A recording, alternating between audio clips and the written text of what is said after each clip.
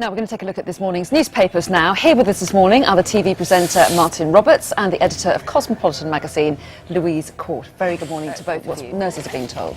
Yeah, our hard-working, overstretched nurses are given a bit of other red tape to have to deal with, which is that some person of questionable thoughts has said that it's not suitable to call somebody sweetie or darling or even use the expression up you pop. I mean, has the world gone completely mad? I mean, I think expressions like this are said in kind ways, and they're saying that it's demeaning, it's not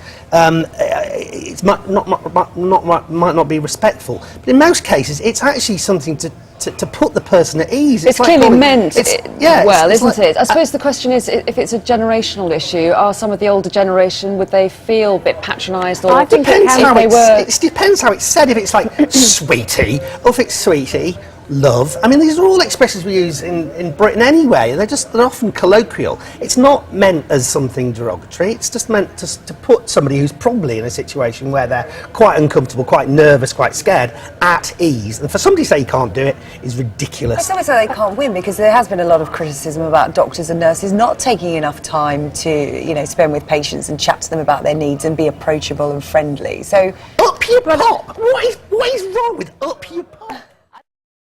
OK, let's move on to something a bit lighter. Well, you say it's lighter. It might be disastrous news for children around the country. This is about ice cream vans. Yeah, startling fact.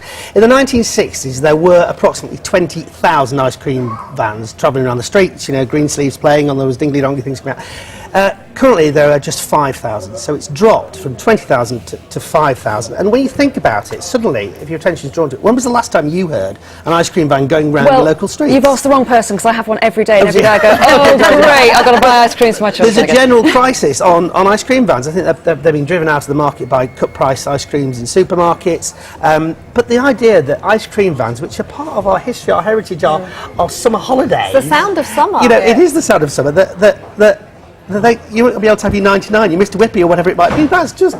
I do know someone very mean who used to tell their children when they play the music, it means they've run out. Oh, yeah. So cruel. No. Was it you? On that note.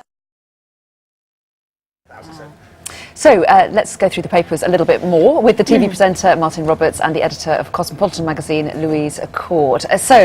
We're delving into the bricks and mortar section of the Times, which we don't often do, but there's an interesting story here about a group of people called GRENs, and you will have to explain for us, Martin. GRENs, a new acronym, which is Graduates Renting Employed No Deposit. There's a survey which has been done which says that over half of 20 to 45-year-olds now say that we are turning into a nation of renters. In other words, they're basically giving up hope. They're saying that we're never going to be able to afford a deposit on a property, so basically we're giving it up. We're just going to assume that we're always going to rent, and that's that. And it seems that there's a lack of education, because there are ways which you can actually go about to raise the funds to buy a property.